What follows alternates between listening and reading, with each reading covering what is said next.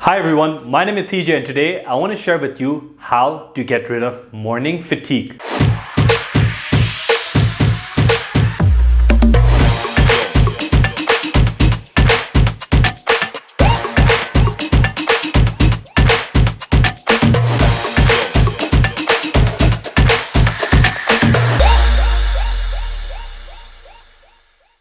Almost all of us remember times when we have got out of bed and suddenly felt like we have no motivation or drive to begin our day, or to go to work, or to drop the kids at school. Well, morning are the times that we're meant to have the most amount of energy due to waking up from a restorative sleep, which then helps us prepare to be our best during the rest of the day. Yet, millions of people around the world every day wake up with no energy to take on their day. When you find yourself in a situation like this all the time, it is about time that you go to your doctor or health coach and talk about morning fatigue. Fatigue is a condition where we feel tired and we have no energy to take on the day. Fatigue can arise due to a hard CrossFit workout or some argument with your loved one. Various physical and mental stress contribute to fatigue and being tired all the time. And in my opinion, fatigue should be taken very seriously because it can affect your life and your thoughts. It can make you irritable, which affects your personal and professional life. It reduces your performance at the gym and at work and can easily make you react aggressively in many situations. Now, in a 2008 survey done by the National Safety Council (NSC) shows us that about 69% of the workforce feels fatigue at work. This means we're talking about 107 million people out of 160 million people that are affected by some kind of occupational fatigue. Chronic fatigue affects more women than men, and a higher degree of which is seen in the age population between 40 to 60 years old, which can be 1/3 or about 33% of the population. Now, I would like to go over a few hidden factors that most people forget to address and how to hack them. The first one is low sleep quality and disturbed circadian rhythm. Due to our modern lifestyles, most of us are sleeping at irregular times, which destroys our body clock and a host of our cells, organs, and tissue function, which is known as circadian rhythm disruption. Coupled with less quality of sleep is one of the biggest stressors that can cause fatigue. Do you know that just by losing 2 hours of sleep, you can have a cognitive impairment similar to 3 beers? Also, staying away for more than 17 hours can make you be at a blood alcohol content of 0.05, which can throw you behind bars in my home country. So what can you do? Make sure that you get uninterrupted sleep for at least 7 to 9 hours per a 24-hour cycle. And if you're like most people and cannot fall asleep easily, then read a journal before bed, meditate for as low as 10 minutes, listen to some calming sounds, drink some herbal teas that can help you fall asleep faster, such as chamomile tea, or set your room temperature to be cool to help you get into deep restorative sleep faster. For your circadian rhythm, I recommend getting some sunlight first thing in the morning to help your body automatically readjust to the cycles of the sun.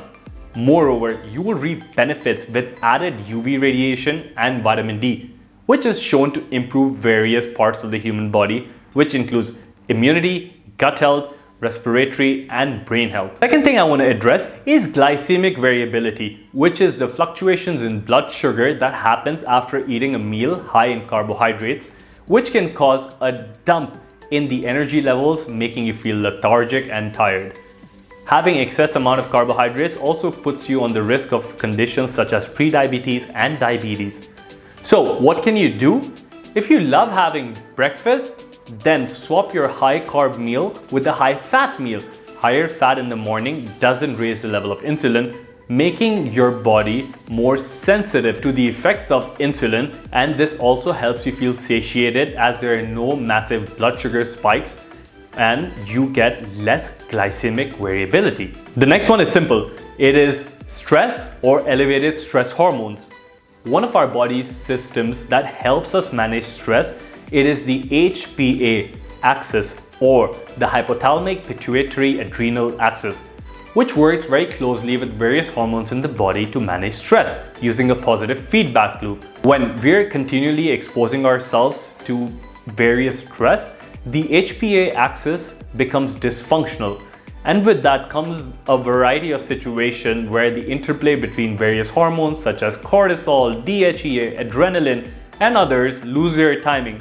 And this can cause your body to have fatigue at the wrong time of the day, which is in the morning. So what can you do about it? To break this cycle of bombarding your body with stress, try to take a break from the cycle by implementing few strategies.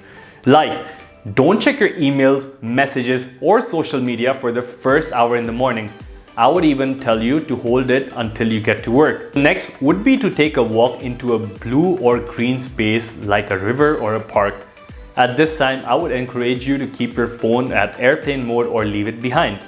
Or try meditating every day. And do not work at least 2 hours before your bedtime. And lastly, this is the most important. Solve any unresolved emotional issues with your friends or family. Next one is thyroid. Hypothyroidism is a condition where our thyroid glands do not produce enough thyroid hormones, which can result in variety of health-related issues. I see hypothyroidism in extreme athletes and people who chronically stress their bodies by dieting or calorie restriction. Having low thyroid can do so much harm to your body. It can reduce your libido, cause depression, make you cold, increase fatigue, increase muscle pains. And did you know that women are 5 to 8 times more likely than men to have thyroid conditions? And it is even said that 1 out of 8 women will develop some kind of thyroid disorder in their lifetimes. I highly encourage you to check your thyroid with a doctor because up to 60% of the people with thyroid diseases are unaware of their condition. So what can we do about it? How can we hack it? Well, our thyroid glands use iodine to produce thyroid hormones. You can provide your body with additional iodine from supplementing or simply by eating iodine-rich foods such as seaweed, kelp, and fish. The next one is dysfunctional mitochondria. Mitochondria are organelles that are in every human cell, and these organelles help us make energy. They have been termed as the powerhouse of our cells. We have a massive amount of mitochondria in our body, which can range from 1,000 all the way up to 10,000 mitochondria in one cell of the human body. And the human body has trillions of cells. Well, you get the point. They're very important, and when they aren't able to do their job, which is to produce energy, every function in the body suffers. Mitochondrial dysfunction has been linked to migraines, chronic fatigue, metabolic syndrome, cancer, and even autism. So what can you do about it? One of the best ways to increase mitochondrial activity is by exercise. I recommend you do some kind of exercise, which is as simple as going for a 20-minute walk first thing in the morning, preferably in the sunshine, which will help in a process called mitochondrial biogenesis, which is making young new mitochondria, which help you generate more energy. Next one is dehydration. Hydration is extremely important when it comes to managing energy. Dehydration causes the body not only to circulate enough blood to your heart and your brain, which means that both of those organs have to work harder, leaving you with less energy. Water also helps in lubrication of the joints, reducing arthritis and joint pain. So what can you do? If you have followed step number 1 in this article and have slept for 7 hours a night, then chances are you would be quite dehydrated when you wake up in the morning. So let's just begin by drinking 1 glass mason jar of water once you wake up. Throughout the day, make sure you keep yourself hydrated by drinking enough water and occasionally adding high quality sea salt in your water to replenish the minerals and the electrolyte levels. Those were some of the most essential yet not talked about reasons for not feeling so good and feeling fatigued and having less energy throughout the day. Try addressing all of those points above and you will feel a difference, I promise. If you want to learn more, log on to my website. It is www.shiftwithcj.com. Until next time, see you later.